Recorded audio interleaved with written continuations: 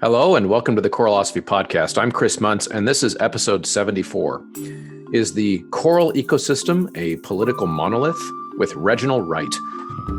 So I'm going to go ahead and start out by saying this is going to be a spoiler right at the beginning of the episode. The title will probably have, piqued your interest in some way when you're clicking on this episode. And I'm going to spoil it right away and say that I actually don't think the choral ecosystem is, in fact, a political monolith. It's just that we treat each other like it is.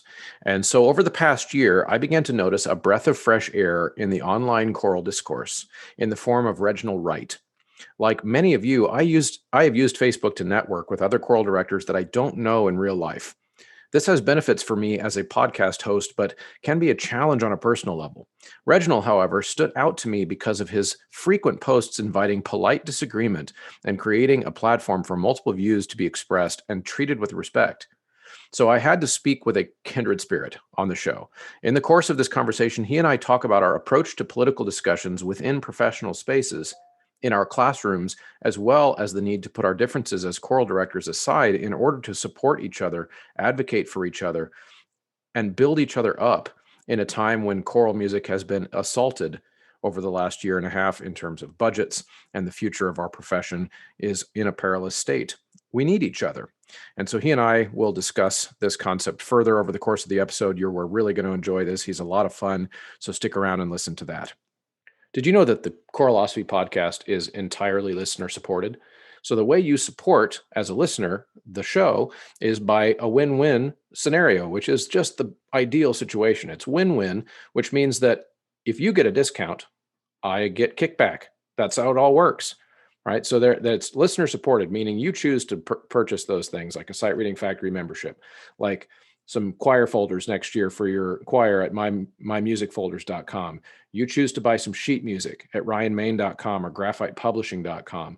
Every time you enter the promo code Choralosophy at checkout at any of those vendors, you get 10% off. There's also Voce Vista Video, which is that overtone analyzing software that I geek out about so much. It is a must. Get it in time for school year next year to start.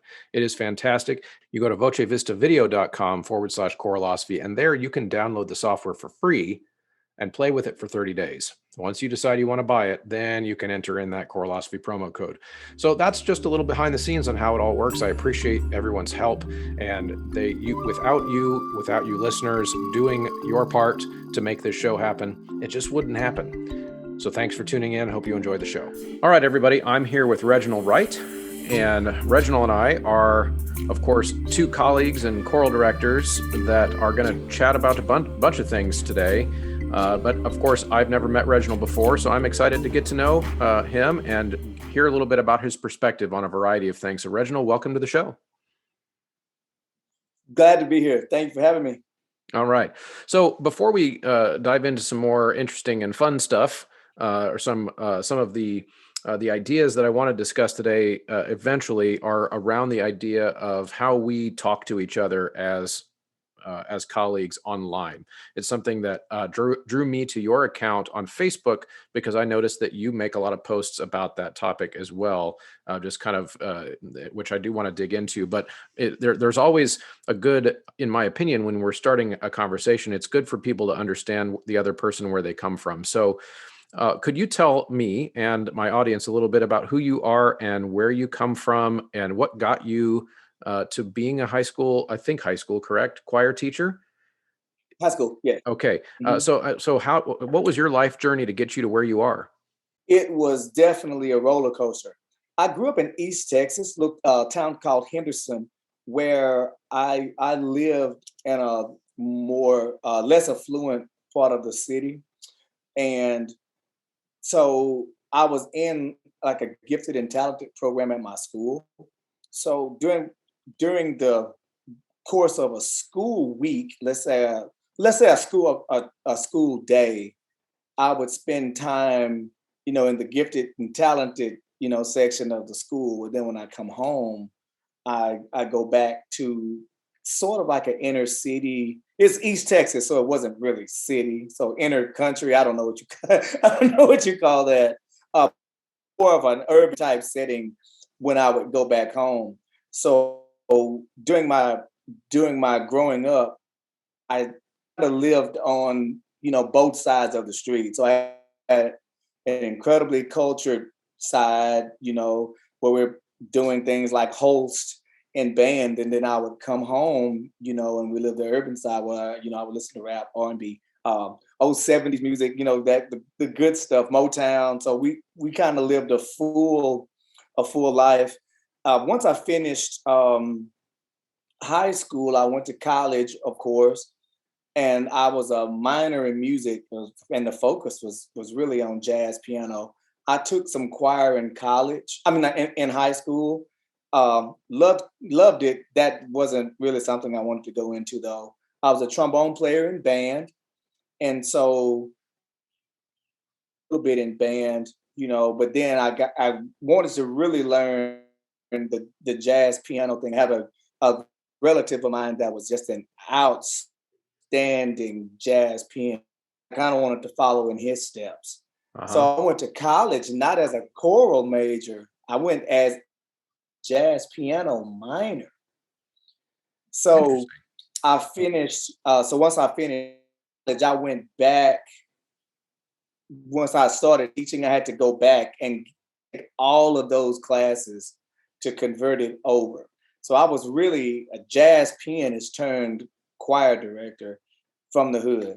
That's kind of kind of my whole setup. When I started teaching, I started in Fort Worth at a middle school, fantastic middle school. We built it up. It was primarily like 8 general music classes. So we were learning, when I first started, all we were doing were, playing organ instruments and building recorders. We took that situation and turned it into a viable middle school choir program.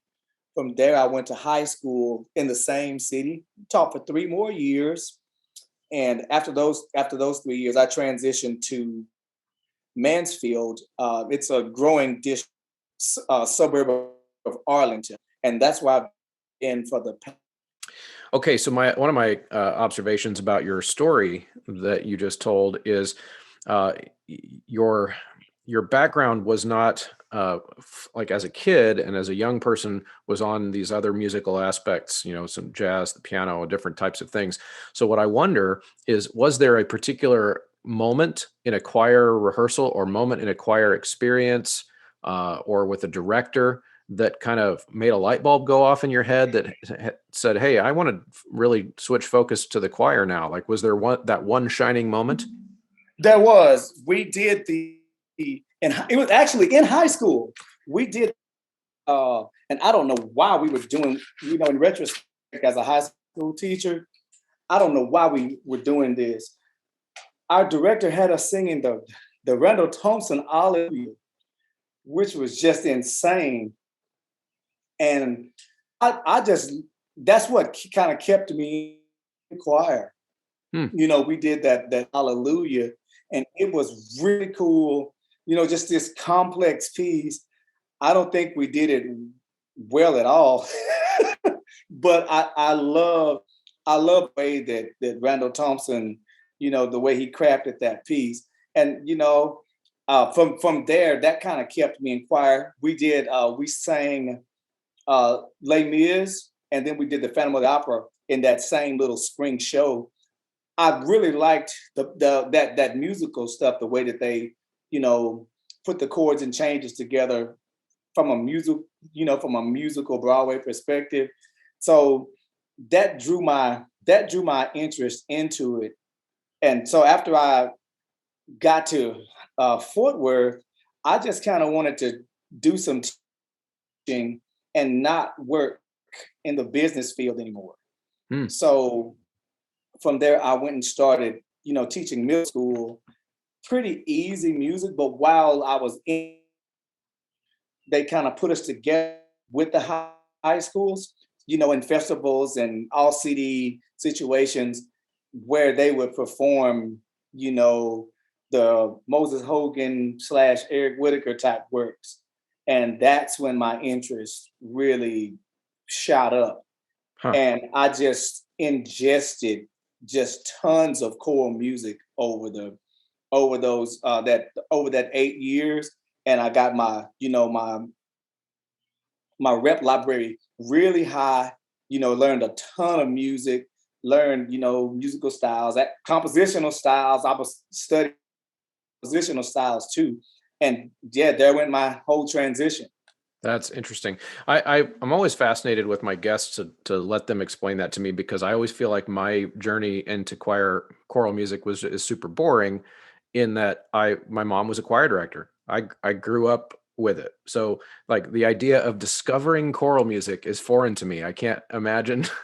It's always been like, so it was part of my upbringing, to the point where it was like a natural extension of my life. So that's always interesting to hear other people's perspectives.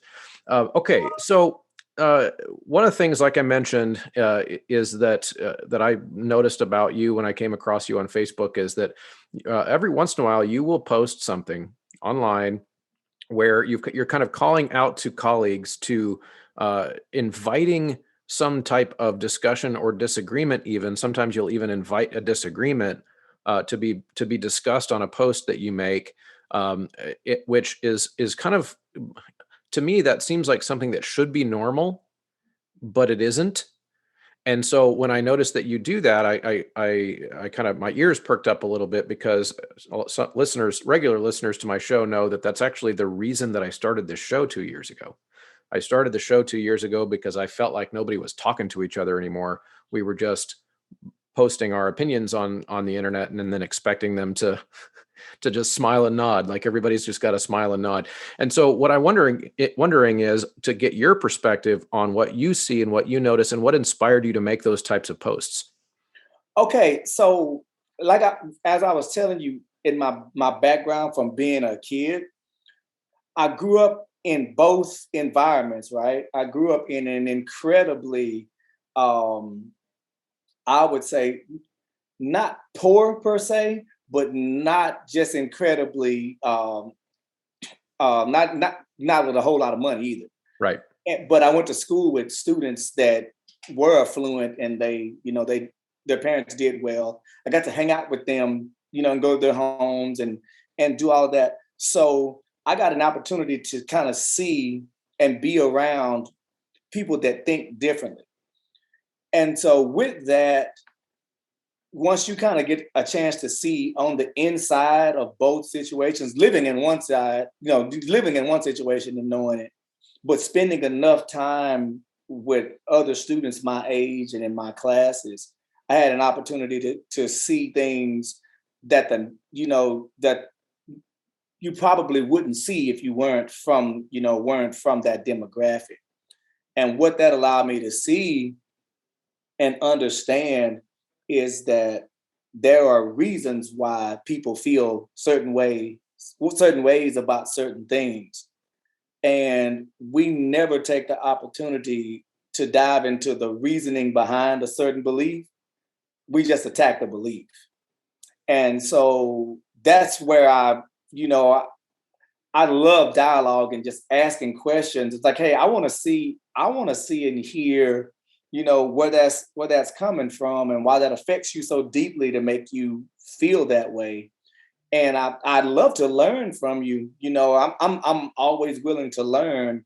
And a lot of times when I've done that, most people, I guess, I don't know for what reason, they won't respond directly to the post, but they'll send an inbox message, to have the conversation. I guess they don't want to see, us working it out.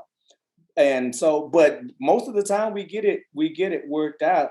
I just think if we have an opportunity to see, where the reasoning behind this thinking, then we could work better toward a solution, or at least a compromise. Right. Because I always feel like it doesn't have to result in an agreement. Right. It could simply result in both parties still disagreeing by the end of the conversation, but at the very least, they could have learned why the other person actually holds that belief. Yes. Rather than just me guessing and then projecting that onto you. Right. I could walk away at least saying, okay, I see where you're coming from on that. And so what I'm wondering, do you have any kind of examples of conversations that you've struck up online that were, that I guess were pet peeves of yours or passion points of yours to learn more about? Or do you have any stories to tell us about that? One interesting thing about the Choralosophy podcast is that it is completely independently produced, meaning there is no organization, no institution, no foundation behind this show or behind this production. There's no company, nothing. It's all supported by listeners and listener involvement. The most direct way that you can do that is through Patreon. At patreon.com/Choralosophy, you can join a subscribers only environment where I put extra content, meaning a behind the scenes episode every month, supplemental materials. The people on the Patreon get to see who's coming on the show ahead of time, which means they can put bugs in my ear ahead of time about what I should ask the person about. All kinds of fun perks. There's even an awesome Choralosophy hat and t-shirt. There's all kinds of fun ways to do that over at Patreon. Now, it's an important thing because if you enjoy this show, the couple thousand or so people that tune in on a regular basis to this show, if 10% of you were to join the Patreon, it would change the game for my ability to make this production better and better over the course of the next year. So producers, there is a producer level that you can opt into over there as well. The Patreon producers are Ulrika Igrain Munoz Alarcon, Chandler Smith, David Kowalczyk, Kyle Peterson, Michael Herron, Ryan Main, and Steve and Kathy Kakachik. The biggest ones, I didn't really start, throwing it out there until I try not to be too political on my posts. And sometimes I'll post one and my wife will say, yeah, that's too political. You need to take it down. And then it'll go away. So she's really good like that. But I started posting them at the height of the police shootings, because they were really, really, bad. And I'm posting them almost from a dual perspective. A lot of the men in my family back in East Texas were police officers. They were also servicemen too. My granddad served in Vietnam, had an uncle that served over there as well, cousins. So that perspective of what being an American is, and all these these things, that's kind of a big deal in my family. But at the same time, I was a Black man that and I was watching these injustices happen, and so in my perspective, and guys in my Black males in my and I'm just gonna say in my family, right, we're caught in a weird conundrum. When we were saying, when Kaepernick started the whole kneel thing, his reasoning behind it, I'm like, okay, that makes sense. My uncle or my granddad, they fought. So it's weird. And so after listening to his perspective and hearing that it was actually a serviceman that told him to kneel, and do it peacefully, that made sense. So that was a discussion that I welcomed. And I was just always a little puzzled as to why there was a compromise for me, since him doing it the way he did it was peaceful and quiet. It didn't really bother anyone, but certain individuals wouldn't let go of the fact that he just wasn't standing and doing the pledge traditionally. right. But he was doing it, in a way that he felt sent a message. That reminds me too, I was listening this morning. They were talking about gentlemen that I don't know their names, when they Olympics and they did the fist instead of the yeah, I know what you're talking about. That same type of thing, non-violent, but man, it sent a message. So I guess for me, it's one of those things where, hey, can you just try to see life through the eyes of someone that's disenfranchised or that's not getting justice, before you just go so hard on the action. Hmm. Yeah, it's actually interesting because I just had a guest on last week, Dr. Eric Smith, who's a professor of rhetoric, and that's basically the art and science of how we use words to communicate. And he brought up the Colin Kaepernick example specifically. I didn't even ask him about that, but he brought it up as an example. So it's interesting that you bring up that example because it does kind of illustrate one of those broken discourses that we have where these things are so hard to discuss. And his example was that um, when Colin Kaepernick sees the American flag, he sees he chooses to focus on some of those injustices. Whereas when some people that might have disagreed with Colin Kaepernick's display, they might look at the American flag and they might focus on the things they like about it, like freedom and liberty and justice. And then what Dr. Smith's point is that the American flag as a symbol represents all those things. Those are all Yes, true. totally. And so what's interesting about the discourse is that one group of people might choose to focus on the good things about it.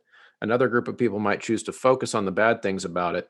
But what we lose in the conversation is we lose that we all see those things and there is common ground. And I think that's one of the things that is so hard about online conversation is it's hard to start with the common ground. And that's Totally. a good example of that. Yeah, because when we're dug in, we go in. I think a lot of times we go into the conversation like I'll have this conversation with you, but I'm not going to change. I'm going Mhm. I'm going to hold serve. And I think where I got to the point to really start looking for a common ground was that my the culmination of my life fit around both those things. So we had family members that were servicemen, but we're also, African American people that, we're watching this reel happen over and over and over again. And we can name all the names, but so I'm seeing it both. I'm seeing it both ways, and I'm trying to reach out to people from both sides to, hey, okay, yes, we are definitely, uh, you know, possibly being targeted. We're not getting justice, but it could be worse.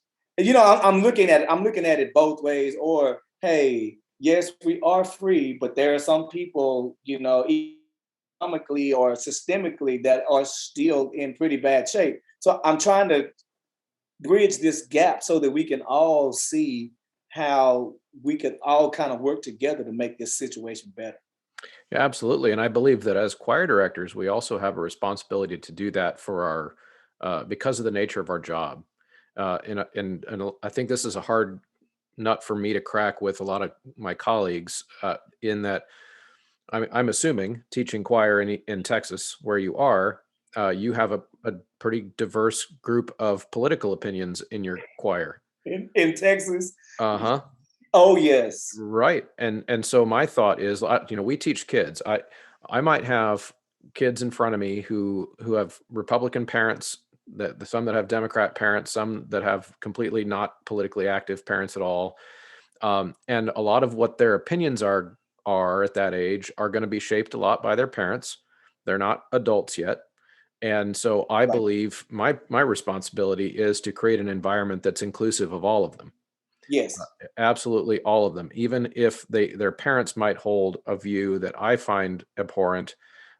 Maybe they've even adopted that view themselves as students, but then I have to remember that I believed a whole bunch of stupid stuff when I was 16.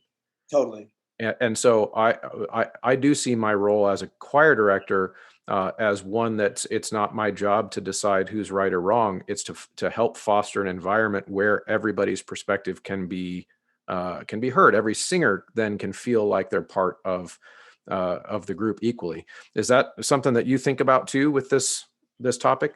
Yes, it is. And as a matter of fact, during the January 6th, and actually this was man, we spent like 3 days talking about, all of the activity that happened at the Capitol on January the 6th. And what I did is I want to foster an empathetic environment to where we can kind of understand, where each other, where these thoughts and these beliefs come from. And listening to the students talk, it was incredible how broad that spectrum was that we went into. But after just the way that I run the dialogue, the way that I am as a person, they came to a place to where we could really work through it. And I think the students were better at this than what I saw online. Oh, for Honestly. sure. Yeah, the students came together and they figured it out, and proposed ways that were logical. I mean, 16 and 17, the best they can do is write a congressman, Mm-hmm. and I am so impressed with the youth of today, with the way that they can, come together, maybe not necessarily agree all the way, but hey, I can see your point. That was impressive to me, that the young people did that. Whereas I turned my computer on the same day, and oh man, it was rough. Mm-hmm. Yeah. Now, how do you feel about the idea that as music teachers, and that we have a job, or we have a role to teach a political perspective in the choir rehearsal? Because that is something that we're told by some folks, some colleagues. Do you ever come across that, and how do you feel about that idea? I don't, and I think my status. I think because I'm kind of like a independent politically, Mm-hmm. so I'm kind of I'm in between. So I get a chance, so I can kind of go both ways with it, because these thoughts and beliefs, they kind of affect different people differently. And I guess I'm just more of a humanist. I'm like, as a human, these things are right, these things are wrong. Your party just has to. This party is doing this wrong, or this party is doing this. So I don't particularly side with one over the other. I just happen to live where the school that I'm in is incredibly red, but there's a lot of every other thing in there too. Mm-hmm. A lot of Democrats, a lot of Republicans, a lot of independents too. It's a large independent place. So politically, I don't really go into it. If I have to have a discussion, my discussion's more about how this affects human beings. Right. No, absolutely. And I think uh, I'm skeptical of the idea in the first place that as a choir director we are called to be activists in the rehearsal. And I think, and my skepticism of that really comes down to what I said earlier, which is that I know that I'm going to have students in my classroom who have been taught by their parents. Let's say I'm an activist for whatever topic. You could choose any kind of topic. I'm going to have some percentage of my classroom that might have been taught the opposite thing by their parents. In which case, I then feel like I'd be in a position, if I was really advocating for a political idea in my class, that I would be essentially putting that student in a position where they've got to pick between their parent and me. Yes. And I'm not comfortable with that. No, neither am I. Yeah. I'm not. Yeah. And I think sometimes, though, the part of this is a symptom of this online conversation that we're kind of discussing or dancing around a little bit, which is that when conversations happen online, we are kind of incentivized to draw a line in the sand, and make a statement that's really simple and really direct, and it doesn't make a lot of room for these conversations that you and I are talking about right now. It doesn't leave any space for them because, well, for example, like Twitter, there's a character limitation. You can't make very complex arguments. And on Facebook, the way the algorithm works, this is part of my last episode too, where if let's say I'm talking with somebody who disagrees with me about something, the algorithm knows to send out notifications to all that person's friends and they're going to see that their friend is in this conversation. So they're going to come running to save the day. And then it ends up being this big fight when, Yes. when in reality, if it were an in-person conversation, it just probably wouldn't be a fight. Right. And the, I love that you brought up the algorithm situation. Mm-hmm. Because what that has done, it's almost divided us and just put us in a place to where we only fellowship with people that think exactly the same way we do. Mm-hmm. And I just always thought that was just a boring world if we all thought the same way. So I don't know if you saw this around election time. I wanted to change my algorithm, and so about a month before that, my dog died, and I was just really sad. And we were thinking about getting another dog, and so we were talking about dogs, in the house, and then these dogs show up on my feed. And I'm like, okay, so there may be something to this. And so at that point, I went in and I made several requests. Hey, send me pictures of dogs. Send me dogs, all shapes and sizes. And we just flooded my timeline with dogs. And then at that point, all the commercials for, dog boarders, dog groomers, dog breeders, they all came up. And I purposefully went in and like seriously interacted with all of them. And so from Halloween to Christmas, I had almost changed my entire environment. And in the house, we had to keep the devices, off so that, it wouldn't hear us. Mm-hmm. And I turned it into dogs because I didn't want to hear dialogue, and it worked. And then of course, I jumped in some other things, and it just kind of exploded. And now I'm back where I started. It's really powerful, and I think people underestimate the power of the algorithms and how they shape our perception of the world and of each other.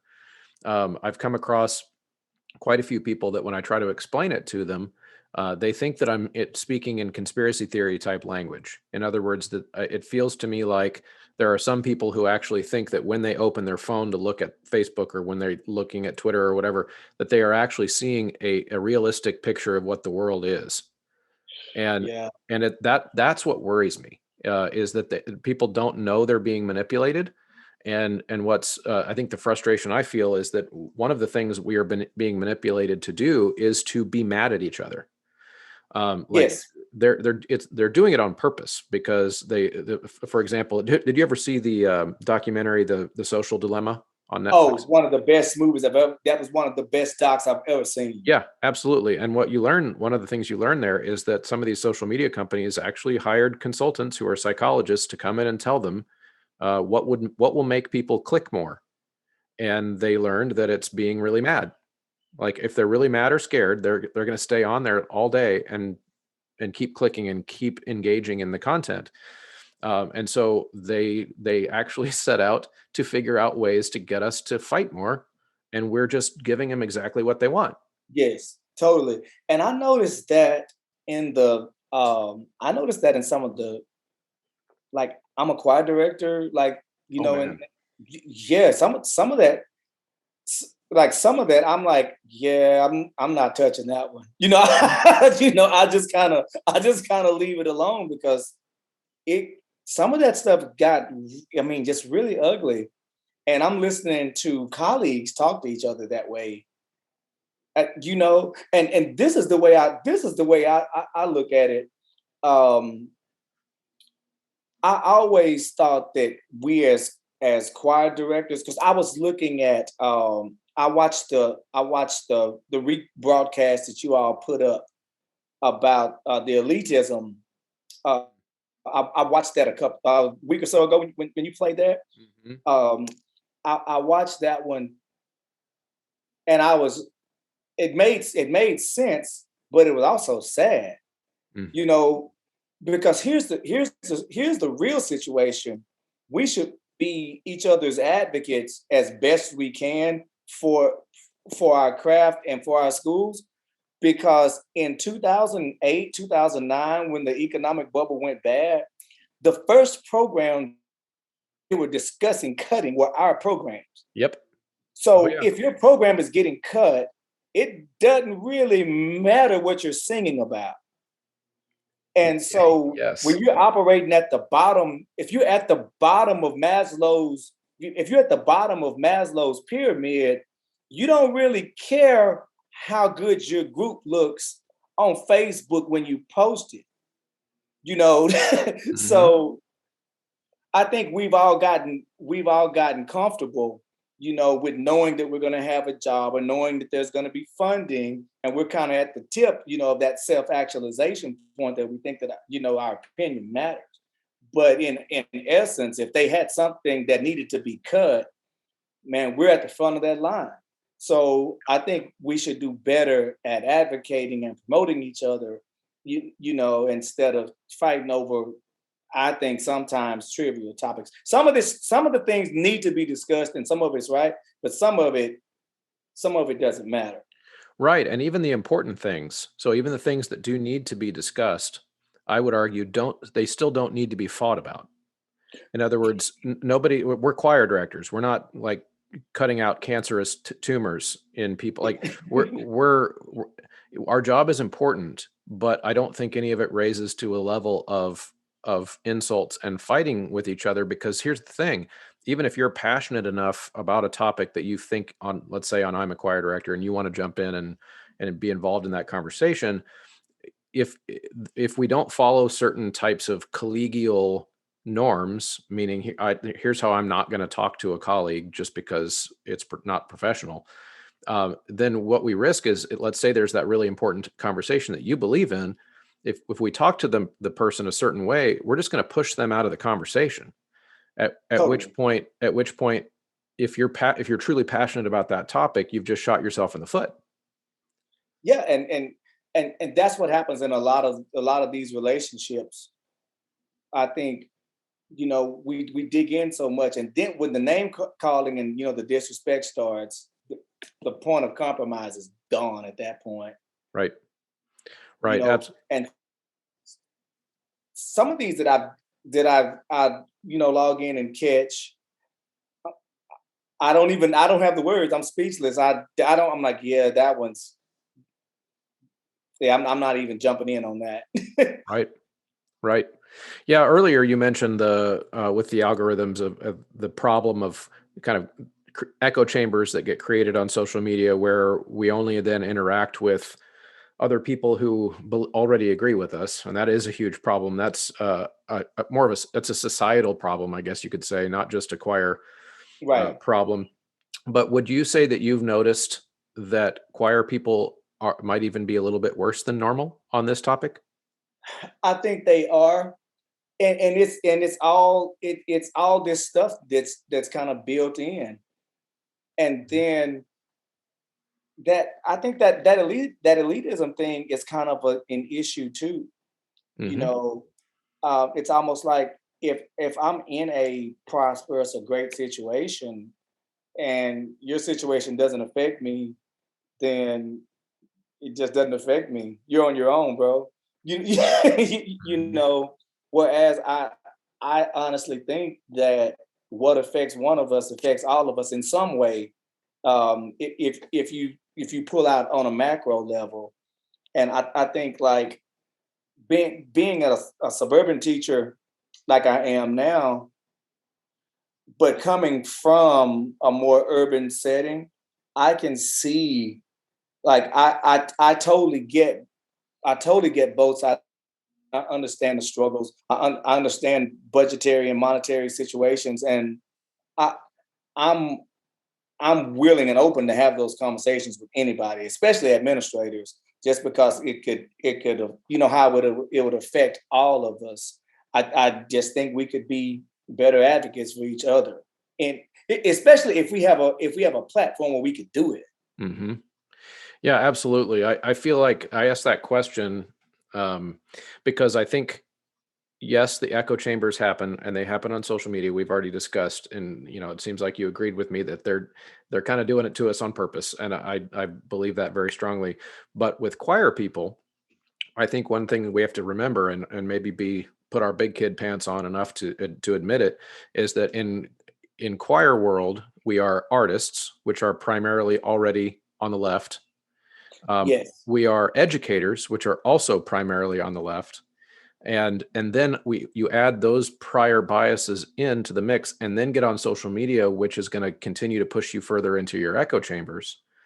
And I think that what that has done is made there have been interesting things that I've observed over the last couple of years of doing this show that make it very clear to me that the choir part of my Facebook feed is in a different world than all the quote unquote normal people that I know. Yeah, it's pretty far out there. Yeah. Yeah. And I wonder, I actually did a poll in my Facebook group once, and just because I was curious. I didn't do an episode about it or anything. I was just curious, where I was asking, what percentage of your friends, asking choir people, what percentage of your friends are not choir people? Just because I wanted to see kind of a representative sample of, do most choir people spend most of their time with other choir people? And the answers were mixed, of course, but I would say the majority said that a majority of their friends are choir/music people. And so what I'm concerned about with that is, not only are we in our echo chambers online, a good portion of us are in echo chambers outside of the internet as well. And it might cause like this unique ecosystem of not really understanding some of the lives of our students. Totally. And I think that's one of the things. I think that's one of the things that my history gives me the advantage on, because I've been in so many different, circles, Mm-hmm. that all these connections that I made are a lot of connections are not even in education. So it's wonderful to hear, the perspectives of people that are not even in academia, just regular people living their lives. Like, hey, what do you think about this? And just hearing what they say. And I know there are a few things that, we as choir teachers were kind of, I can't think of one specifically, but I would ask someone else and they would tell me, and I'm like, whoa, yeah, okay, I can see that, where we as choir, teachers are, yeah, you're right, in a completely different world. Mm-hmm. Yeah, and this has been something my whole career that I've been observing, partly because, like you, it sounds like I'm not on either side. In fact, I would even use stronger language, in that I usually tell people I'm against both sides. Um, Yes. and that I see a lot of harm in just the fact that we have a two-party system in the first place. I think that's where a lot of the harm comes from. It's what causes people to feel like they have to grasp 100% of the right answer. Because if you're thinking about two parties, winner take all, and Somebody has to lose. somebody's got to lose, and so that's part of the two-party thing. But of course, that's its own separate podcast. So since I don't fit into that category of being one of the typical, demographically one of the typical choir directors, which is somebody who's on the left politically and aligns myself politically with the party, the Democratic Party in the US, or if I have a lot of listeners around the world, and whatever the left party is in your country. I think that puts me in a weird position when to then come on, and now I've been doing this show for 2 years, and it causes people to not know what box to put me in, which is very confusing for people, and it makes them uncomfortable. Yes. And that's really, I think that should show people that we have a problem. Like we have a problem. If you need to put someone in a box, there's already a problem. Yeah. And a lot of times, um, just because of the way I was brought up, I automatically, and my influences growing up, I was left. You know, I wasn't like crazy far left, but left ideology. But after I, went to college and hanging out with people, and some of the people that I spent time with as I was growing up, I saw the ideals of the right too. And so I can see the things that are beneficial and detrimental on both sides. Mm-hmm. And it's just weird because everyone wants you to, hey, you need to choose a team, jump on one and jump on the other. I'm like, I'm just gonna kind of roll solo on this, Mm-hmm. and see what happens, because um, they have these deal breakers and on both sides, and I don't particularly agree with any of your deal breakers. So that disqualifies me from being in your party. So that, like, hey, you can't be this because you have to believe this. I'm like, well, yeah, I kind of don't believe that though. So I'm just kind of this nomad. And you're right, some of the conversations get really, really uncomfortable, because at some point, the way the independent has to bring up the fallacy of the party that the individual that I'm speaking to Mm-hmm. has. I have to tell you about that. Right. Absolutely. Yeah. My experience has been that it's not uncommon for me to, on the same day, be called some kind of left-wing commie person or some kind of right-wing Trump supporter type person on the same day by different people, because depending on your perspective, what people notice is just, hey, you're not on my team. And Yes. since you're not on my team, you must be on the other team. And that's really as deeply as some people think about it, It's which that is unfortunate. that old, if you've seen that old episode 3 Star Wars, when Anakin and Obi-Wan, he's like, if you're not for me, you're against me. I'm Uh-huh. like, yeah, it's that type of Sith thinking. Right. Right. Now, my theory on choir world politically is that we are actually, it online, it looks like we're a monolith, because there is really only one way of describing a lot of things politically in choir world that is acceptable, that won't get you crucified online. But I Yes. don't think we actually are a monolith. I think what's happened, and this is what some of my concern with this topic it comes from, is that I think that people who don't agree with the dominant narratives online in choir world just don't go online to talk about stuff anymore.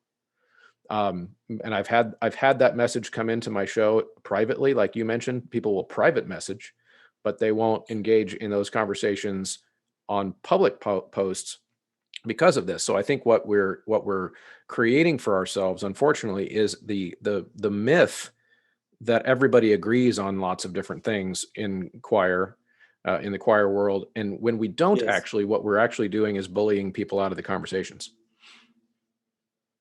Right. And like I was saying, some of those conversations, when I would see it, I'm I'm like, whoa, I'm not touching that, Mhm. and I'm out of there.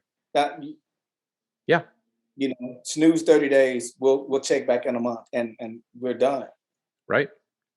Right. I think some good examples, at least that I can think of off the top of my head, would be things like what is and what isn't cultural appropriation. That would be an example of a conversation where a good portion of number of colleagues would have very strong opinions on that, but just wouldn't enter the conversation. Because their opinion might not be the one that the I'm a choir director Facebook page would like to endorse, and so they just stay out of the conversation. But then I would put that topic in a category of something that is important that we should be talking about. That is one of the most important topics that should be discussed. And there's some in that particular group, there's some really good topics on it. Hmm. Um, Another one, which I don't even know how I fit in this one, was the one could it's a little weird, because I just finished performing this Wade in the Water by Alan Kepke, and I mean, it turned out well. I loved the song. I loved what he did with it. And so that conversation of, can white guys write spirituals? And I'm like, if he's writing it, if he's writing it right, then I say yeah. Hmm. Yep. And I loved that spiritual. It had some of the things that traditionalists like Moses Hogan wouldn't subscribe to, like, stomping and whatever, some of that stuff. And I understand that, but my students connected with the song. We went through the history. We talked about the whole song, the text, and where it came from, and it turned out great. And so, but that's a pretty edgy topic too. Right. Can white guys write spirituals? Well, because what people do is they want the simple answer. And Yeah, and so if you want the simple answer and you want it to align with social justice activism, you just say no. No, right. white people can't do that. And the problem is it's more complicated than that. So here's one of the ways that I would think about it. I had Brandon Boyd on the show back Totally. in the Yes. first year, back when because he's a good friend of mine, and so back when I didn't have much of an audience and I needed some good guests, he did me a favor and came on the show, and we talked about this. We in fact did a whole episode on it, and one of the things, and I think he had just at that time flown back from Belize, spending like a couple weeks studying the music of some composers from Belize, and no, that's not his music, yet he wanted to be able to study it and understand it. And I think that principle, if we're really going to make progress, that has to apply across the board, meaning that we want to have music be universal at some point. That's a goal. But then at the same time, we need to acknowledge that there is a time. I'm old enough to remember a time when white composers and arrangers were taking spirituals and just churning out crap that is completely inauthentic. And back in the 80s and 90s, that crap would make them a ton of money. Yes. And because then all the white directors out there can buy the spiritual, and there was no education, there was no digging into the history. So that's a legitimate criticism. And so the reason I bring that up as an example is it's more complicated than just yes or no. Right. It's yes in this circumstance, but maybe no in this other circumstance. And that's why we need to have the conversation. Totally. Yeah. And and I think I want to say it was Brandon and maybe Brandon Waddles. They had this same conversation. If we're covering the nuances and the actual history that's in the spiritual, then yeah, I think. But at the same time, it's like I think black people could write motets. Yes. So it's like it's that same thing. And since I'm working on doing composing now, I'm writing quite a bit, and most of the things I'm writing are not spirituals. But at the same time, most of the music that we hear that's not spirituals are not written by black composers either. Other than you got your Victor Johnsons, your Persephone, they're already out there, but you don't hear a lot of other. Let me see, Marcus Garrett, maybe Dr. Thomas, but past those you don't hear a whole lot. And so I'm trying to write in this different style that's not a spiritual, and it's being received well. But at the same time, I'm thinking that door is open where I can walk through both sides. And I think that avenue should be available too for individuals that wanted to take a shot at the spiritual. Yeah, absolutely. And I think I think I brought up this example to Brandon and when I talked to him, but in my master's degree, my focus of my research and my scholarship for my thesis was the music of the Italian and French Baroque. Okay. I am not Italian or French. I just really, really liked that music. And Yes. I wanted to do it justice and honor by studying it and learning what is in a lot of ways what I saw as an under-researched area, which is why I did a thesis in it. I wanted to research something about that music that I didn't feel like there was a lot on.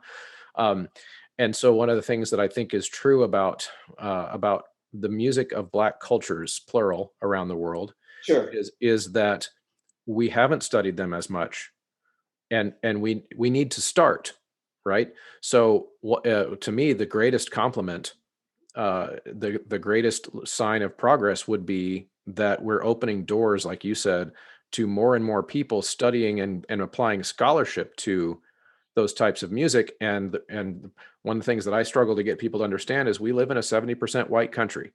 Yes. So if that music is going to be treated as equal, then some white people are going to have to study it too. Right.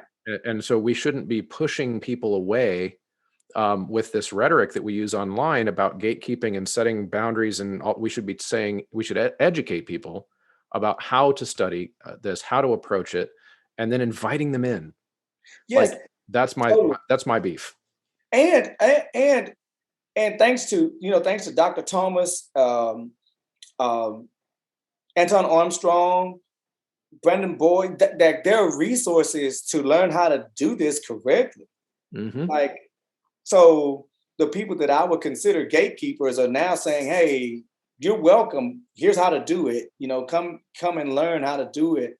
And hey, write as much as you like. Right. And that's really been incredible. And that's in my opinion, that was one of the shining gifts of quarantine is, these people with all of this knowledge, they were doing Zoom sessions for free that you could go in and just learn about pretty much anything that you wanted to from all over the world without ever leaving, your home or even putting on shoes. Mm-hmm. You could learn whatever you wanted to know about anything, whether it be musical or just cooking. You could find it out from the best in the field. Right. And I think that choral music really offered some really great nuggets during that time.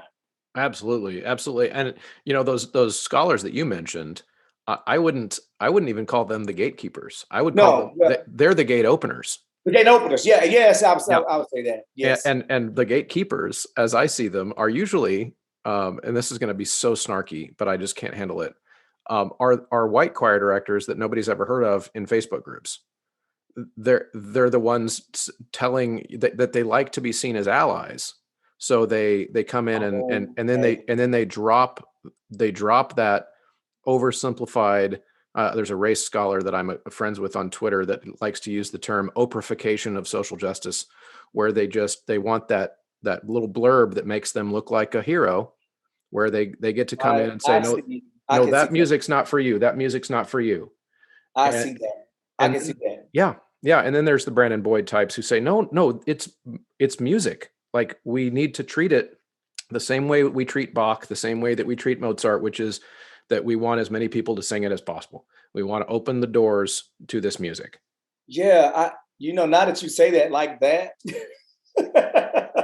yeah, there's a lot of those. Mm-hmm. Mm-hmm. Yeah. Yeah, right. There's a whole lot of those. Yeah. Sometimes I use the other term. So oprahfication of social justice. I also use the term memification of social justice, which is, again, that when I make those criticisms, that's who I'm talking about. I'm talking about the people who don't get it. I'm not, and oftentimes I actually think that they are doing it well in a well-intended way. In other words, when they try to look like an ally, they think they're doing good. And that's why it's so tricky, because it's really hard to tell someone who thinks they're doing good that, hey, I don't think you're doing good. Yeah, it's because if when we're having to dig in and pick sides, mm-hmm. that I don't see that as being productive in a lot of cases. Right. Yeah, because then you get all the kind of the silent majority, I would call them, in the choir world, who are just really on those Facebook groups. They really just want to read and learn, but because they see all that fighting going on, they stay out of the conversation. And my belief, I believe so strongly in conversation. Heck, I started a podcast because I believe so strongly in conversation, is that if you stay out of the conversation, you are going to learn less. You've got to participate in the conversation to learn. And since we've created this environment, I would call it a huge problem that so many people just don't engage in the conversation at all because they're afraid to get canceled or lambasted or attacked or whatever it is. I agree. And I've seen some people get canceled. Mm-hmm. Well, we've seen some people get canceled, over the last year. Yep. And some deserved, some we could have heard them out a little bit. Absolutely. Absolutely. And my rule on that is, that's actually kind of plays into the social media algorithms though, too, is that there's this concept called the anchoring bias, which is that if someone takes a snippet of what someone says and then puts it in a new context, and then the first time you see that is with that new context in your mind, then it's really hard to ever learn that maybe that was wrong. So for example, if let's say somebody um, takes a quote out of context and then puts it in a context of, hey, this was racist. Well, okay, but maybe the person wasn't even talking about race related things at all when they made that comment. But once it's been put in that context, it's really hard for people to shake that. That's happened to me. I mean, it's absolutely happened to me. And so it's one of those things where I think we have to be careful. And my rule is, if you're concerned with the way somebody said something online, ask them a question. At least ask them one. What did you mean by this? And having the courage to say, hey, this rubbed me the wrong way. Could you explain to me where you're coming from on this? Because that's how colleagues would treat each other. And I think that's kind of where, like, whenever I would put a post up, which I haven't done it in a while because I've been so busy, it's in that, like, hey, I saw okay, here's one right now that's happening. And it's in the Black community, but nevertheless, it's still a discussion. And I'm getting caught up on it now. There's a popular Black comedian that made a comment about Black females wearing bonnets and pajamas at the airport. Okay. and so what she was saying, because she's from an older generation that says, hey, when you go out in public, your hair is done, your makeup is right, you dress a certain way. We're not wearing, pajamas out in public. And man, the lashback that she got from that was so bad. And me, I was raised by my grandmother, so I totally agreed with her. I'm like, hey, I think that's right. But just watching where that conversation went, it was incredible. And people are locked in, and no one's trying to know what I'm like. We're talking about makeup and bonnets, but it's a big topic to some people. Yeah. And so I think I'm going to make one that welcomes the discussion, of this whole thing. And I think it's kind of, some people are where, it's my body, I do what I want. And, and the older people are like, yeah, but you should present, yourself in a certain light, whatever. I'm still getting the information on it though, so I can be educated enough when I'm when I make this discussion. That's hilarious. Yeah, it's interesting, those generational differences too, regardless of Yes. skin color. They're generational cultural things that are, the world's changing so fast right now that, yeah, I've come across some of those same things in my own circles. So, okay, so on the way out, this has been just a fantastic conversation. I'm really enjoying it. I could do it all day. But I would like to make sure that you get a chance to, because I know you're composing, you're arranging. Tell us about what you're doing there, where we can find your music, and maybe any kind of exciting projects or compositions that you have coming out soon. Okay, cool. So we haven't made this announcement yet, but I am going to make it now, and maybe it'll be out before before we get this aired. Graphite Music is one of the sponsors of this show, which is fantastic. And just over the last year, I've done several pieces that's been accepted into the Graphite catalog. Awesome. So we have 4 pieces coming out with Jocelyn and Tim. We're editing them now and getting them ready to go. I've put up a little bit, just snippets of the pieces, as they're more of a, grade 4, grade 5. So they're a little more, a little more difficult. But I still have my educational songs, and you can find my catalog on reginalwright.com, REGINAL WRIGHT. There's no D on my name. sorry, .com, and everything is there. I've been doing a whole lot of commissions lately. So I have 7 commissions coming up this year. So we're excited about that. We're getting that music out. If you like to do one, you can catch me on the website. I'd love to partner with anybody. Mostly I'm writing for school groups. It's pretty much all school groups, and we just kind of, as a school choir director, I really understand, what directors are needing in their choirs, regarding voicing, regarding personnel, regarding,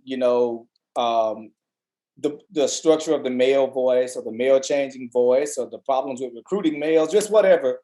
I've seen it all in my time teaching. So I know how to, write toward those issues. So it's really exciting, good stuff coming out. And I hope that, you'll purchase it or even invite me to write. Yeah. Ooh, that's exciting. So I'll make sure that as I'm editing it, this episode, that I'll hook up with you and get links to everything that you would want. That way, sure. when somebody clicks on this episode, they're going to have access to all that. Absolutely. Okay. Awesome. Well, Reginald, this was lots of fun. I appreciate you butting heads with me and putting our ideas together about this topic, because I think it's important. Oh, I love it. I had a blast, and hopefully we can do it again soon. These topics are going to keep coming up. Oh yeah. So the discussion will just keep revitalizing itself. Absolutely. Thank you so much. Have a good afternoon. Thank you, my friend. I appreciate it. All right. Bye. Bye-bye. Thank you so much for sticking around to the end of the episode. I appreciate all of you long-haul listeners who stick around and engage yourself in long-form conversation, even if you turn it up to 1.5 speed, which is what I've started doing with all the podcasts I listen to, because I can do a 1-hour podcast in 40 minutes. And that just means I can consume more conversation, more thought, more nuance of what people's views actually are on a topic. And I just think that the world so badly needs more conversation. In fact, in the show notes, you are going to find a link to a thread I did on becoming a radical discourse activist. And I will probably have a few more comments on that on the show in the future, because it's this idea that I've been kind of working on, the idea of mathematically proving how complex the world is and why we need to talk to each other about our experiences of it. So again, thank you so much for sticking around. And what I hope you will do is help out in any way that you can, whether it be financially by going to patreon.com/choralosophy and signing up for the $3, the $5, or the $10 level there. You could also use the promo code at any of the sponsors that you've heard about on the show.